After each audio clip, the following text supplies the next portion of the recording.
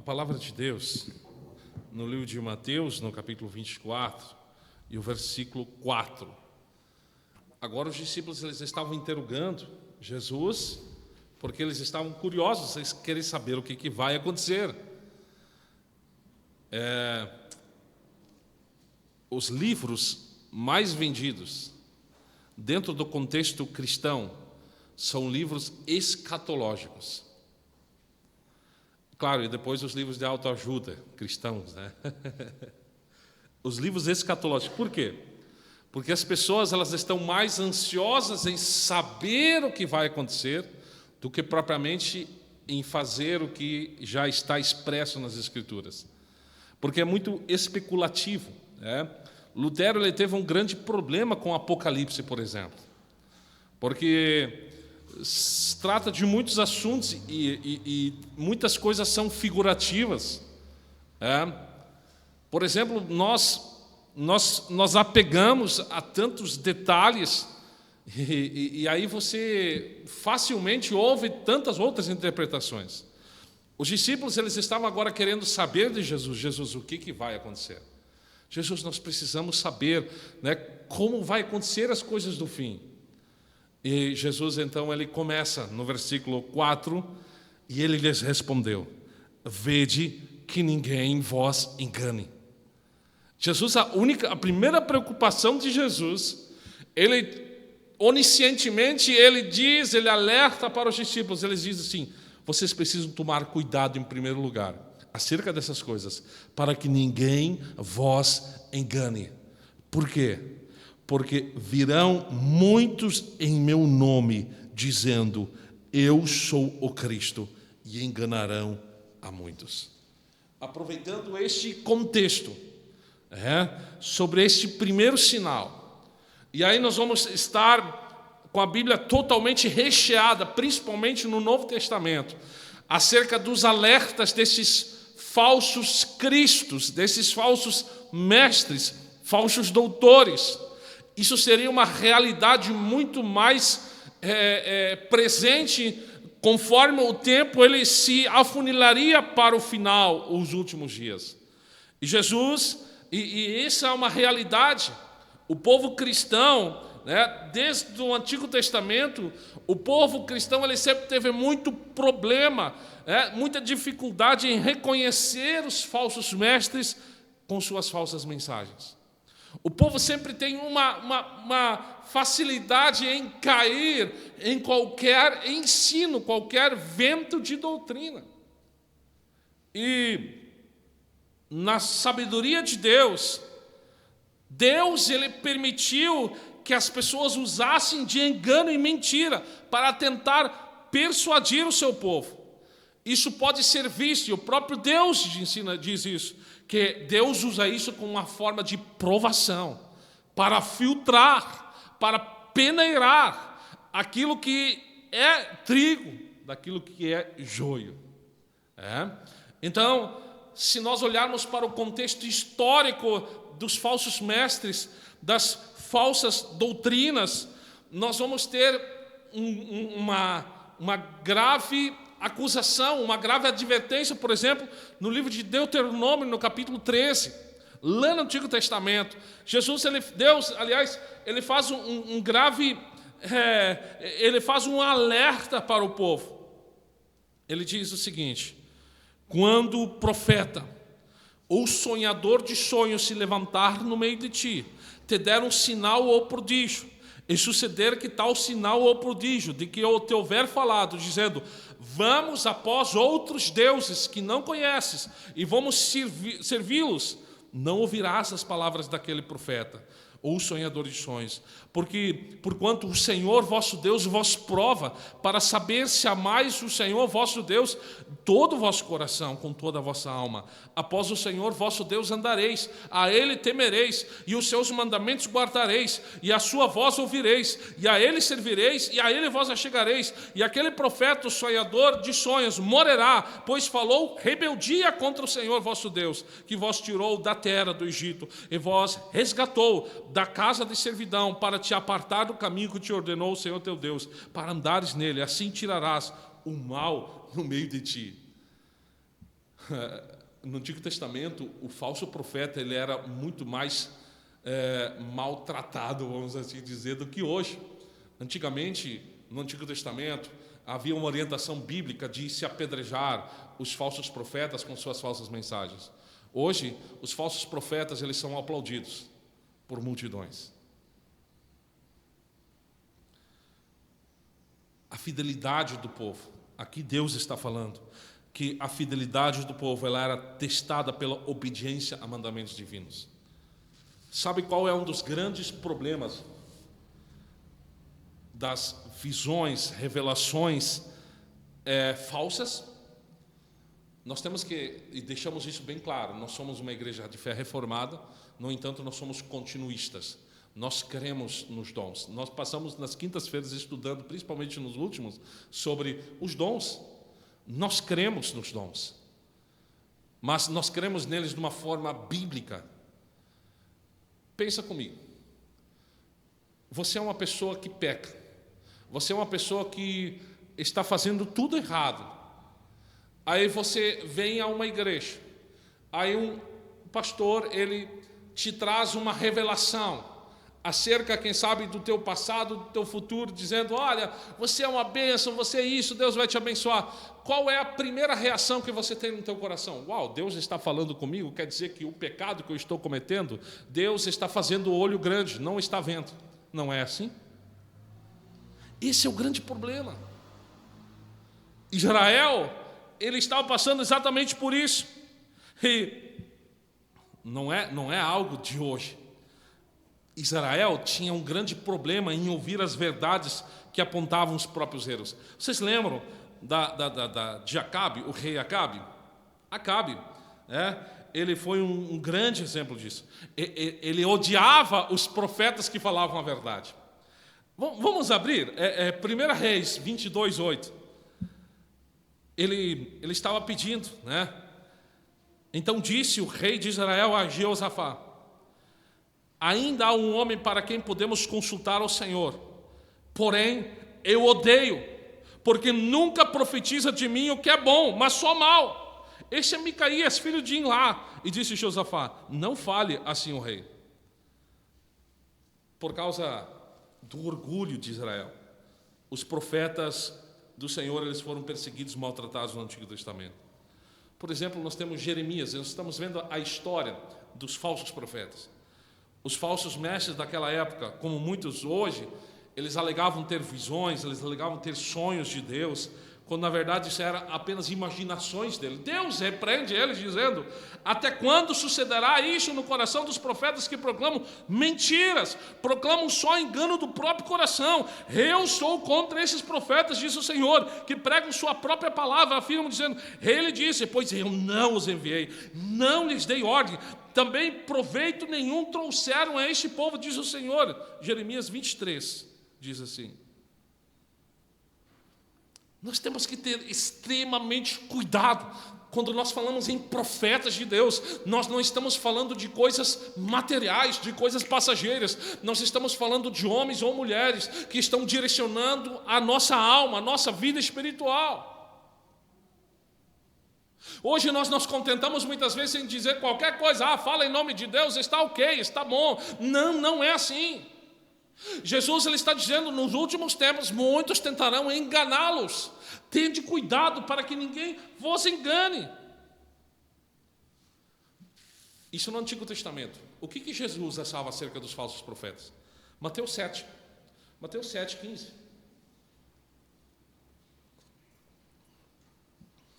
Diz: acautelai-vos dos falsos profetas que se vos apresentam disfarçados em ovelhas, mas por dentro são lobos roubadores. Pelos seus frutos os conhecereis. Colhem-se porventura uvas dos espinheiros ou figos dos abrolhos? Assim toda árvore boa produz bons frutos, porém a árvore má produz frutos maus. Não pode a árvore boa produzir frutos maus, nem a árvore má produzir frutos bons. Toda árvore que não produz bom fruto é cortada e é lançada ao fogo. Assim, pois, pelos seus frutos os conhecereis. Essas são palavras aqui do próprio Jesus. E Jesus está falando acerca dos enganadores. Ele nos abre os olhos, principalmente ao caráter daqueles falsos profetas, aos ensinos dos falsos profetas. Qual é a melhor forma de identificarmos algo falso? É uma pergunta, não? Qual é a resposta para essa boa pergunta? Qual é a melhor forma de nós encontrarmos ou identificarmos algo falso? Conhecendo o que é verdadeiro. Somente o conhecimento da verdade pode nos abrir os olhos contra a mentira. Só que como é que o povo, a nossa geração, vai conseguir distinguir a mentira se é tão preguiçosa para abrir a Bíblia, por exemplo? Nunca tivemos uma geração que não gostasse tanto de Bíblia. Qualquer coisa, menos Bíblia, menos verdade. Sempre fica dependendo da opinião dos outros, da palavra, da boca dos outros, para saber o que é verdade e o que não é verdade. Por que nós, como igreja, nós enfatizamos tanto, por exemplo, um curso doutrinário, para nós aprendermos o que é verdadeiro? Quem são os verdadeiros mestres? Quais são as motivações do verdadeiro mestre? Quais são as características do verdadeiro mestre? Isso nós precisamos saber para saber quem são os falsos. Eu creio que a característica geral de um verdadeiro mestre é a mesma característica que o Espírito Santo tem. O Espírito Santo ele foi chamado para jogar glória, luz sobre Cristo. Nós também, o verdadeiro mestre, ele vai falar sobre Cristo, para Cristo. Isso é importante. Apóstolo Paulo ele nos ensina dizendo lá em 1 Pedro, capítulo 1, 2 Pedro, capítulo 1, verso 20. Diz assim: sabendo primeiramente que nenhuma profecia da Escritura é de particular interpretação, porque a profecia nunca foi produzida por vontade de homem algum, mas de homens santos de Deus que falaram inspirados pelo Espírito Santo. O verdadeiro profeta não é aquele que se deixa dominar pelas tendências humanas, como por exemplo o egoísmo. Ele vai fugir das tentações como idolatria, fama, poder, enriquecimento. Vai renunciar até mesmo à popularidade. O que nós estamos vendo hoje?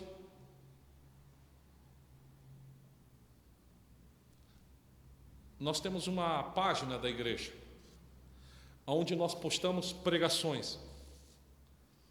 Faz um ano. Não temos muitos seguidores. Mas hoje no Brasil, por exemplo, qualquer um que faz alguma coisa diferente, que chama atenção, pode ser até o mais ignorante que for, de um dia para o outro tem milhões de seguidores. As pessoas elas querem mais o entretenimento do que propriamente aquilo que é verdadeiro.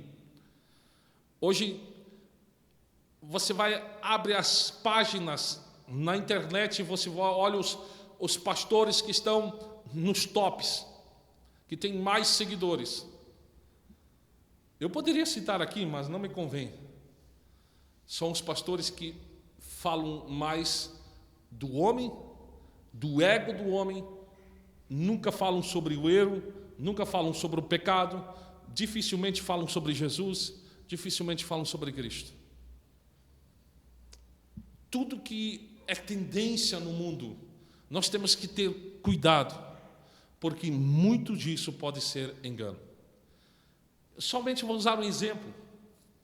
Nós temos um devocional que é muito comum. Hoje, quase todas as celebridades postam lá, né? É um devocional. Será que dá processo você falar? Acho que não, né? Café com Deus Pai.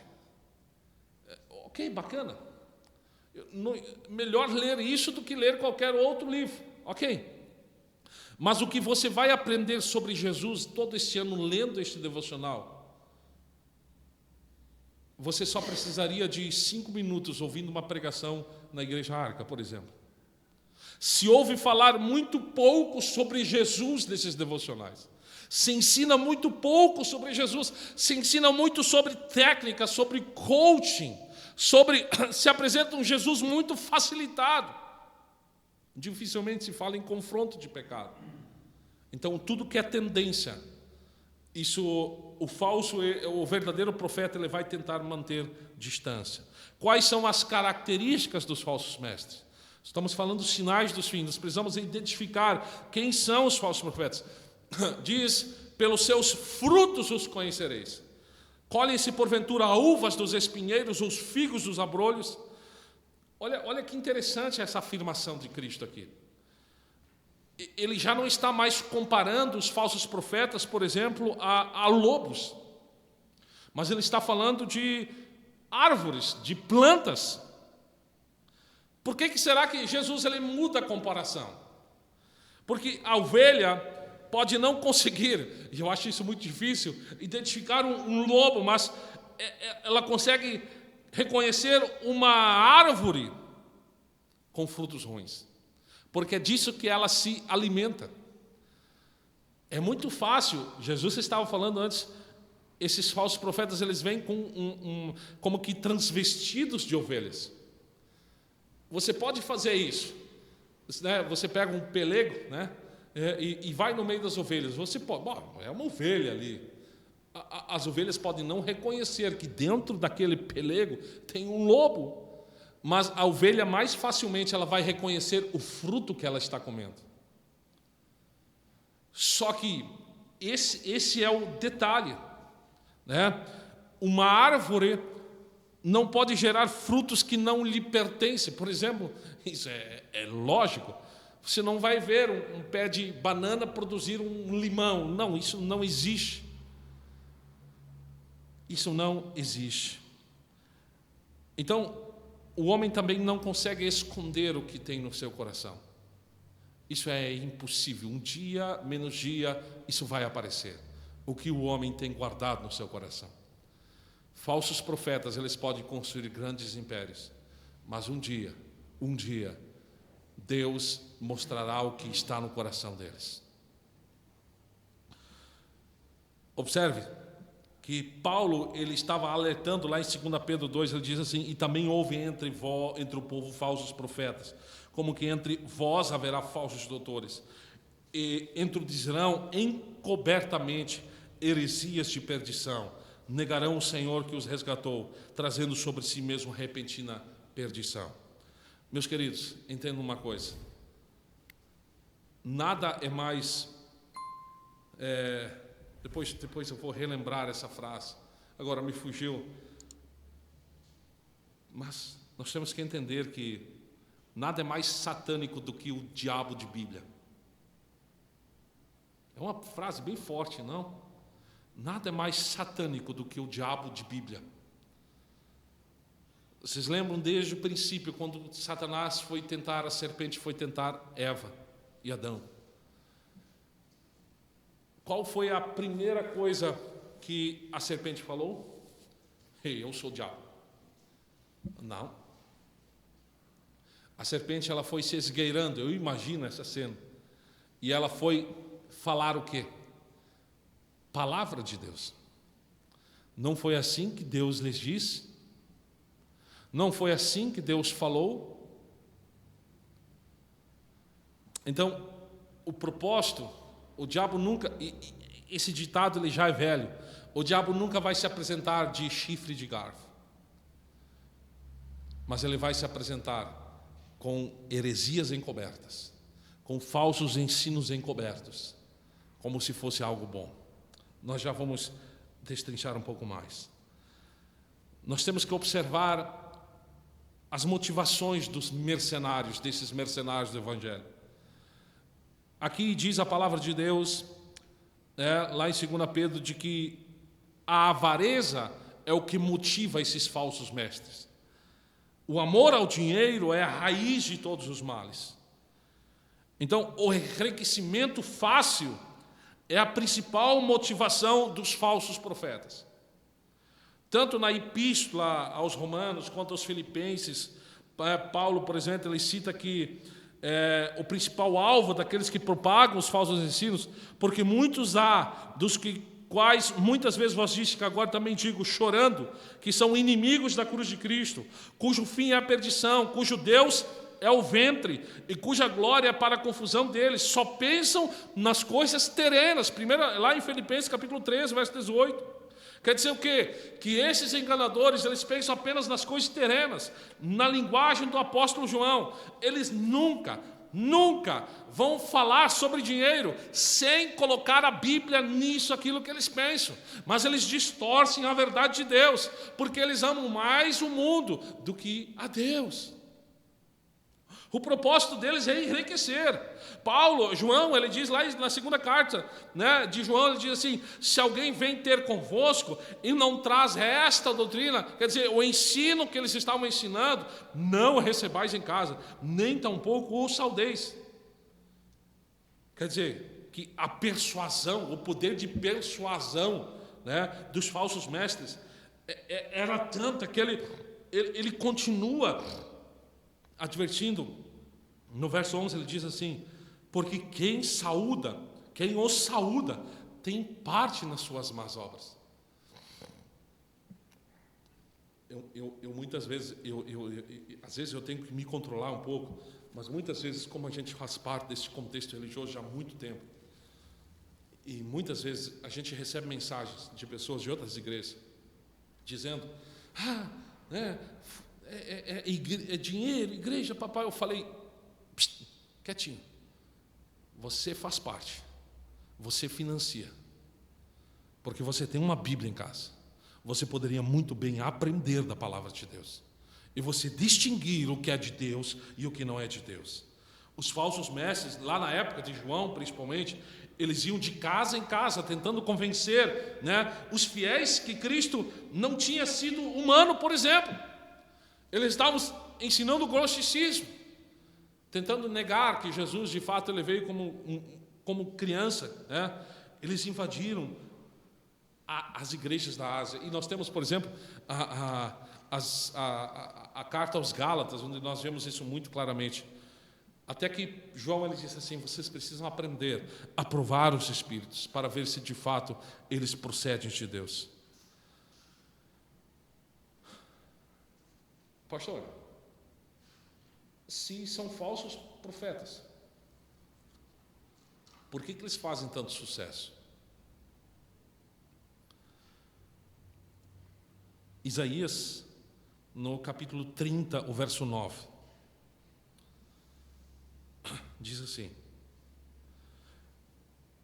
porque este é um povo rebelde, filhos mentirosos, filhos que não querem ouvir a lei do Senhor, que dizem aos videntes: não vejais, e aos profetas: não profetizais para nós o que é reto, dizei-nos coisas aprazíveis, e vede para nós enganos.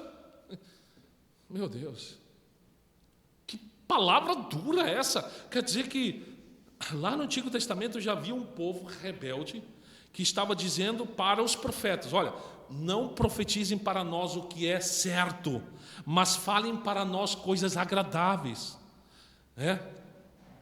Uma das mensagens principais dos falsos profetas é chamar o mal de bem e o bem de mal, fazer das trevas luz e das luz trevas. Eles pregavam de que Deus fazia vista grossa aos seus pecados, que Deus não estava vendo os seus pecados, estava iludindo o povo. Hoje nós temos uma grande tendência. Hoje em muitas igrejas se ensina que o pecado é um problema, é um distúrbio. E aí nós aprendemos naquele curso de aconselhamento, por exemplo, aí nós enquadramos eles naqueles quatro temperamentos, né? O sanguíneo, o colérico, ou não sei mais o que. Não, mas eu sou sanguíneo, quer dizer que eu sou assim. Mentira. Você precisa se converter. A gente brinca, mas é exatamente isso. O mundo tenta agora colocar: não, é porque você é assim, então isso faz parte da tua natureza. Desde que a tua natureza não seja somente pecar, e nunca se arrepender, nunca tentar corrigir a tua vida. É engano. Então, Jeremias, por exemplo, diz, lá em 23, 17, dizem continuamente aos que desprezam a palavra de Deus, o Senhor disse, paz tereis, e a qualquer que anda segundo a dureza do seu coração, diz, não virá mal sobre vós. É isso a mensagem que os falsos profetas estavam espalhando, e esse falso ensino não levava as pessoas ao conhecimento do Deus verdadeiro, e apresentava sentimento de segurança, quer dizer, não os trazia ao arrependimento. Imagina se você viesse hoje aqui, a gente somente falasse das coisas boas, somente falasse do futuro, somente falasse acerca das bênçãos, de benesses, nunca falássemos, por exemplo, sobre nossos pecados. Você cada vez seria mais, não, eu estou bem, eu estou legal, eu vou ficar legal com o meu pecado, ninguém não vai reparar no meu pecado, nem Deus não está vendo o meu pecado, porque o pastor não está falando do meu pecado, então eu vou ficar com o meu pecado. É o que estava acontecendo lá no Antigo Testamento. É o que Paulo estava alertando, é o que Pedro estava alertando, porque os falsos profetas, eles mexem com o ego das pessoas, eles minimizam o pecado com uma falsa mensagem de amor e de esperança. Eles despertam a cobiça, o amor ao dinheiro, dão uma sensação de sabedoria, de intelectualidade, trazendo autoajuda ao invés de ajuda do alto. Que coisa é essa que nós estamos fazendo com as pessoas dentro das igrejas?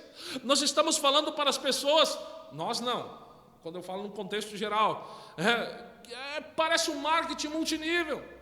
Em muitos lugares você chega assim, olha, hoje você vai dar uma oferta de R$100 porque Deus vai te dar 100 vezes mais. Deus não é um banco. Se você quiser fazer isso, invista num banco, numa poupança, num Bitcoin, sei lá o quê. Mas nós não podemos fazer isso dentro da casa de Deus. Isso é comércio. Deus, ele não pode ser barganhado financeiramente, nem de qualquer outra maneira.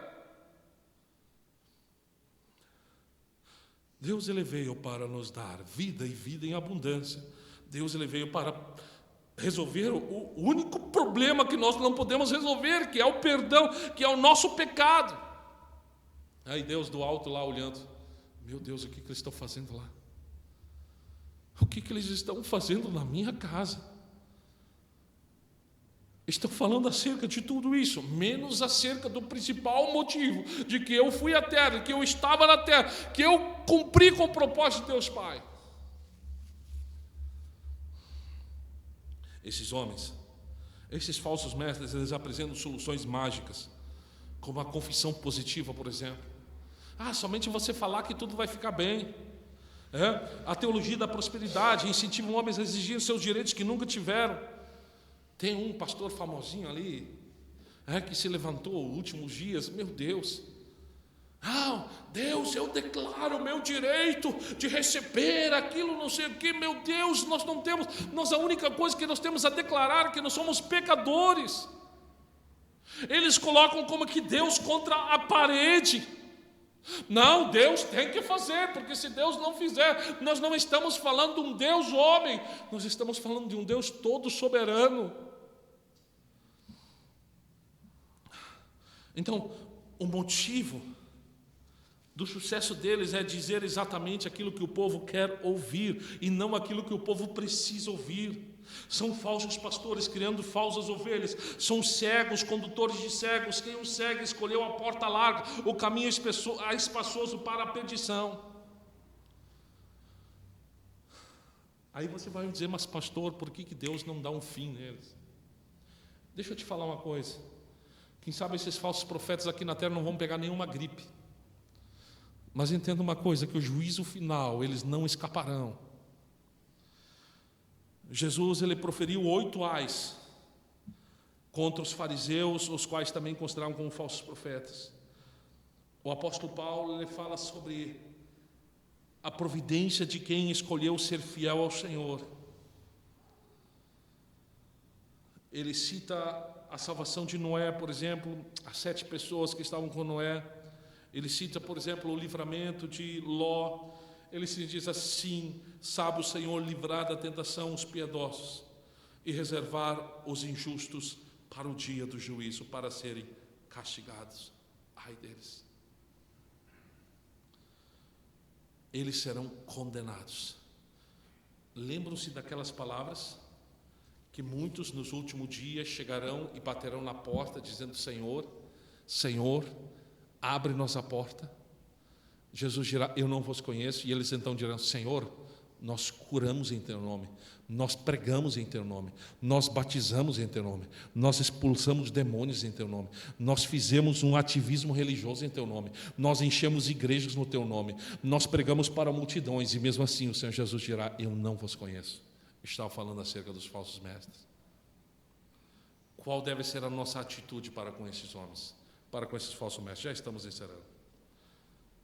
1 João, no capítulo 4, verso 1, diz assim: não creais em todo espírito, mas provai se são espíritos, se esses espíritos são de Deus, porque já muitos falsos profetas se têm levantado ao mundo. Existem passagens bíblicas que nos orientam a nós termos discernimento espiritual. Em Romanos, por exemplo, no capítulo 16, o verso 17, Paulo diz assim: rogo-vos, irmãos, que noteis bem aqueles que provocam divisões e escândalos, em desacordo com a doutrina que aprendestes, afastai-vos deles. O texto de Mateus, por exemplo, 7:1 diz assim: não julgueis para que não sejais julgados, porque com o juízo com que julgardes sereis julgados, com a medida que tiveres medido, hão de medir vós. Esse texto aqui, ele é usado dos falsos profetas. Ele é o mais queridinho dos falsos profetas. Porque quando você vai apontar o pecado deles, quando você vai acusar o falso ensino deles, eles dizem assim: você não pode me julgar. Mas a Bíblia nos diz que eles precisam ser, a Bíblia condena eles, a própria Escritura condena eles, Esse é mais um dos seus falsos ensinos. Jesus estava falando aqui, sabe, quando Jesus estava se referindo que nós não devemos julgar outros, Jesus estava ensinando de que nós não devemos ficar procurando faltas nos outros, porque nós também somos falhos. Quer dizer, nós, por sermos pecadores, nós não temos moral nenhuma para julgar o pecado do próximo. A própria palavra de Deus, ela faz isso, E ele, em particular, ele foca nas pessoas que criticam os outros por fazerem as coisas que elas mesmas fazem. Jefferson é mentiroso, mas ao outro lado você também está mentindo. Então, ele não estava ensinando que nós devemos nos calar diante do erro, por exemplo, dos falsos mestres. E para terminar, entenda isso: há um somente pastor verdadeiro. Foi esse mesmo pastor que disse: eu sou o bom pastor e conheço as minhas ovelhas, e das minhas ovelhas eu sou conhecido. João 10,14. Multidões hoje, elas procuram, por exemplo, por orientação, elas procuram por sabedoria, elas procuram por conhecimento, mas seguem falsos pastores para sua própria condenação. A conclusão dessa mensagem eu deixo para você nessa noite. Se o Espírito de Deus habita em você, você precisa pedir discernimento a Ele. Você precisa seguir a orientação do Espírito. Se você conhece um falso profeta, ou você, quem sabe, nós podemos identificar isso. Lembre-se que você está zelando pela tua alma. Nós temos que ter cuidado, porque nós sabemos que nós temos um grave alerta que Jesus faz. Ele diz: vede, para que ninguém vos engane. Esta era a primeira orientação diante de tudo que está acontecendo, anunciando o fim de todas as coisas. Então Jesus está dizendo: cuidado para que ninguém vos engane. Nós precisamos ter cuidado. Imagina você descobrir que a vida toda você foi ensinado de uma forma errada. E você vai olhar para a palavra de Deus e vai dizer: mas eles usaram a Bíblia para ensinar. Cuidado com revelações, com visões. As maiores seitas que hoje nós temos no mundo, elas surgiram a partir disso. Com 15 anos, um menino chamado Joseph Smith, ele disse que ele recebeu uma revelação da Bíblia, uma revelação de Deus, e fundou uma das maiores seitas no mundo todo, os Mormons. E eles reeditaram a Bíblia e eles escreveram uma nova Bíblia para ele, o Livro dos Mormons. Eles estão tão cegos. Você conversa com eles, eles defendem de pé junto que eles estão certos e nós estamos errados. Por uma visão, a dona Ellen White, ela inicia uma outra grande seita, o Adventismo. Absurdos são ensinados por essas seitas que não concernem com a palavra de Deus. Ensinam, por exemplo, que Jesus é irmão do diabo. Ensinam, por exemplo, que a expiação de Jesus não foi suficiente na cruz. Coisas que nós temos que ter cuidado. As pessoas, elas estão sendo enganadas. E lembre-se, o diabo, ele é muito bom em fazer parecido, mas não é a Bíblia.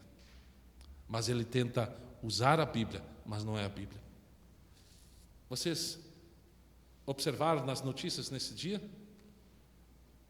Tinha uma confraternização numa família, tinha um bolo bem bonito. As pessoas não viram nada de diferente nela. Mas quando elas comeram, 3 morreram, outras foram para o hospital, porque alguém tinha colocado veneno no bolo.